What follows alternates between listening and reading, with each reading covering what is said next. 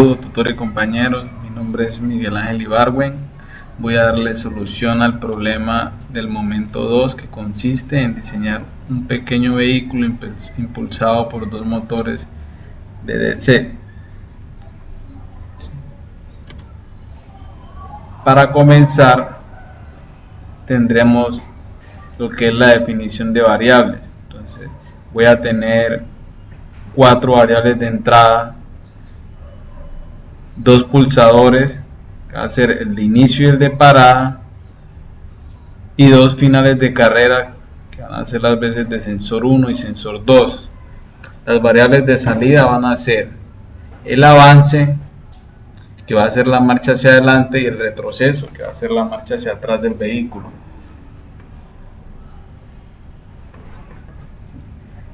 Como segunda etapa vamos a tener lo que es la orden de inicio o parada. Las variables de los pulsadores,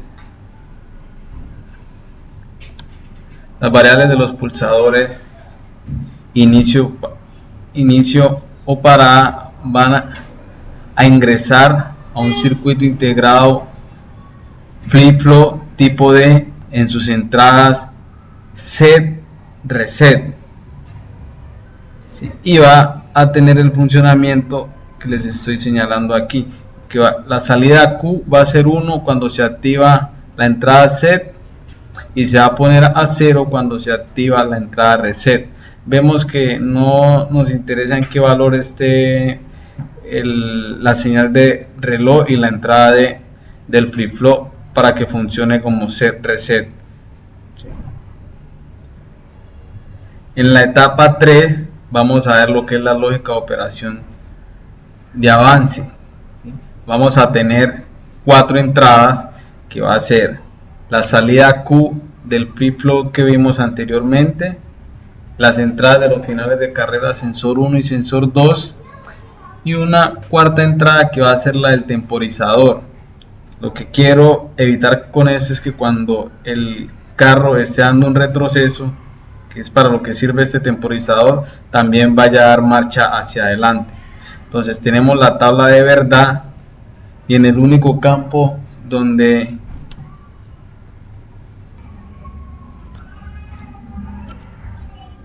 entonces podemos ver que en la única opción donde se nos activa la salida de avance es en el ítem 1, donde la salida del flip-flop está en 1. Eso nos quiere decir que el sistema está habilitado para iniciar un avance, y los sensores 1 y 2 y el temporizador se encuentran en 0.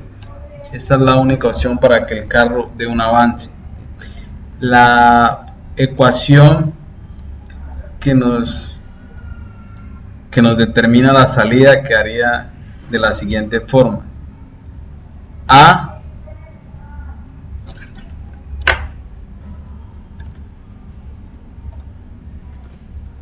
la ecuación quedaría de la siguiente forma: A por B negada por C negada por D negada. Con esto estaríamos garantizando que el carro solo en esta condición va a dar marcha hacia adelante.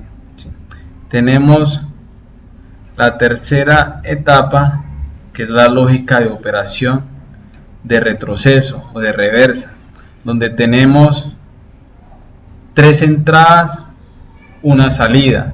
Entonces tenemos, como lo había dicho anteriormente, tenemos la entrada Q del flip-flop, y tenemos los sensores 1 y 2. Entonces, cuando el carro debe de dar un retroceso, pues entonces vemos las condiciones.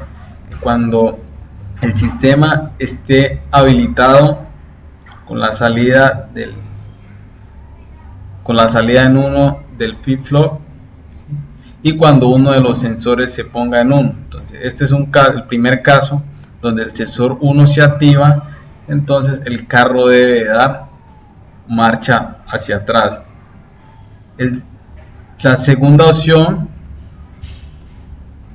la salida Q del flip-flop activa en 1 y el sensor 2 se pone a 1. el carro también debe dar marcha atrás en esta ocasión. Y la tercera opción, la salida del flip-flop en 1 y que de pronto estén los dos sensores en 1. Entonces el carro también debe dar marcha atrás. Y la ecuación entonces para la salida de retroceso queda definida de la siguiente forma. Tenemos que para la opción 1 tenemos A por B por C negada. Para la opción 2 tenemos A por B negada por C. Y en la tercera opción tenemos A, B por C. Hay una forma de simplificar esta ecuación y es haciéndolo por el método de simplificación de mapas de Carnot. Entonces aquí realizo el dibujo del cuadro de mapas de Carnot. Tenemos, defino las entradas AB en la parte superior, la parte inferior la entrada C.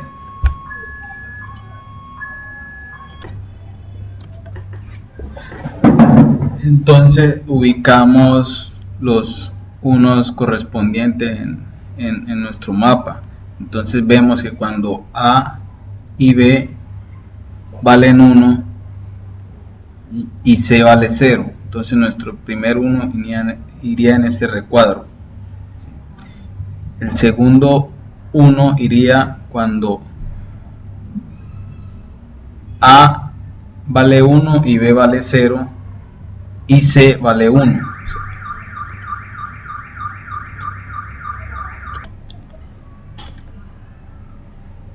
Y la tercera opción para ubicar el 1 es cuando tenemos la opción A y B en 1 y C en 1. Entonces iría en este recuadro, ¿sí? Agrupamos estos dos unos y agrupamos estos dos unos cumpliendo con la regla de los mapas de Carnot de 2 a la 1. Entonces creamos dos grupos de dos unos, ¿sí? Y la ecuación quedaría de la siguiente forma. Vemos que en esta agrupación el único que varía es la C, entonces lo descartamos y nos quedaría A por B. Y en esta agrupación, en la segunda agrupación, vemos que la única variable que está variando es la B, entonces la descartamos y nos quedaría A por C. De esta forma nos quedaría simplificada esta ecuación en esta forma, ¿sí? A por B más A por C. Con eso ya tenemos la ecuación de salida para la variable de salida del retroceso. Una vez el carro está dando retroceso, vamos a utilizar un temporizador 555 en modo monoestable, ¿sí? Y para hallar el tiempo nos rige la siguiente fórmula. Entonces necesitamos hallar los valores de C1 y de R1 para un tiempo de 3 segundos. Entonces voy a utilizar un condensador de 1000 microfaradios. Entonces con eso ya despejo la resistencia para ver de qué valor tiene que ser la resistencia para que el tiempo que me va a contar el circuito integrado 555 sea de 3 segundos. Entonces obtengo que la resistencia de salida es que la resistencia es de 2,72 kiloohmios. Ahora voy a enseñarles cómo quedaría entonces cómo quedaría el circuito simulado en Proteo. ¿Sí? Tenemos nuestras variables de entrada, ¿sí? Las 4 variables de entrada, inicio, que son tipo inicio y parada, que son tipo pulsos, y las variables de sensor que nos van a simular los finales de carrera, sensor 1 y sensor 2. Como les decía en la descripción gráfica, las variables de inicio y parada ingresan al flip-flop tipo D. El inicio ingresa a la entrada set y la parada ingresa a la entrada reset.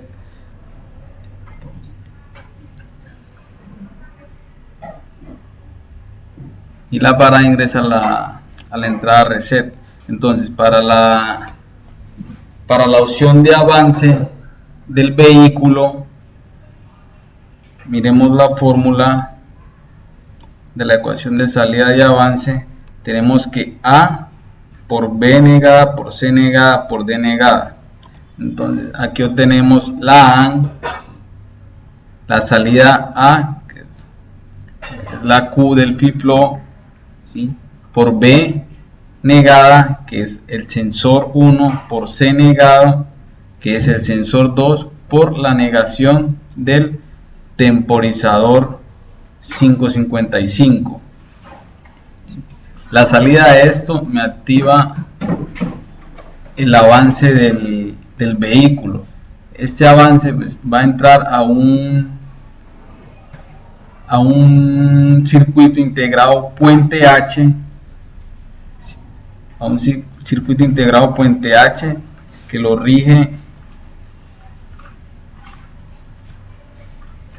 rige la siguiente fórmula. Tenemos la entrada C y D y una entrada de enable, de habilitación del puente H para los giros a la izquierda y a la derecha. Entonces tenemos que cuando las entradas son iguales va a haber una detención. Cuando la entrada C está en alto y D está en bajo, va a girar a la derecha, y cuando la entrada C esté en bajo y D esté en alto, va a girar a la izquierda. Esta sería la tabla de verdad del puente H, que va a ser la misma para los dos motores. Entonces ingresamos la entrada del avance en la entrada 1 del primer puente H, y en la entrada 2 del primer puente H, y en la entrada 10 del segundo puente H, para que los motores me giren hacia la derecha, que quiere decir lo mismo, para que el carro avance. Tenemos la ecuación de la lógica de retroceso, y como la fórmula lo dice en la simplificación del mapa de Carnot, tenemos que la salida de retroceso es igual a A por B más A por C, la suma de las dos. Entonces tenemos acá la habilitación, la salida A, que es la salida Q del flip-flop, A por B, que es el sensor 1. La segunda multiplicación es la salida Q del flip-flop por C, que es el sensor 2, y la suma de ambas. Esto me habilita a mí el temporizador, ¿sí? El circuito integrado 555, que me cuenta los 3 segundos, y me realiza el retroceso de los motores. En este caso los dos motores van a girar en sentido contrario. Sí. Le he agregado un segundo 555 con un tiempo con una temporización de 3.5 segundos, para que después de que el vehículo cuente los 3 segundos del retroceso, me detenga uno de los motores por 500 milisegundos mientras el otro esté avanzando. Esto con el objetivo de que el carro pueda girar hacia un lado y pueda evadir el obstáculo. Entonces voy a realizar la simulación del circuito.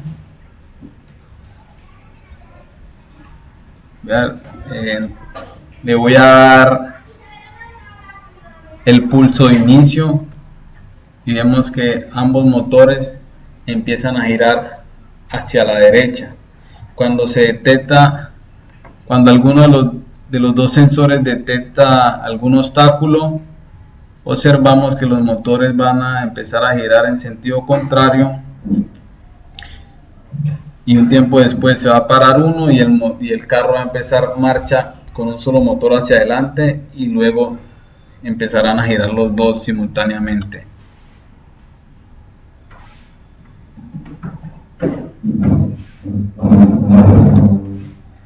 Vamos a probar el segundo sensor y verificamos que el motor también dé marcha hacia atrás.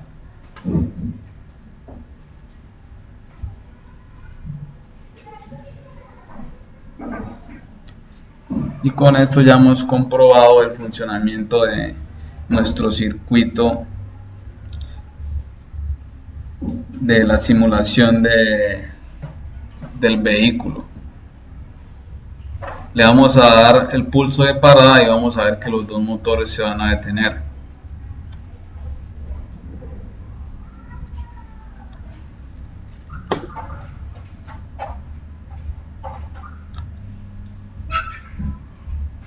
Muchas gracias, tutor y compañeros, por la atención prestada, y esta fue la solución que le di al problema del momento número 2.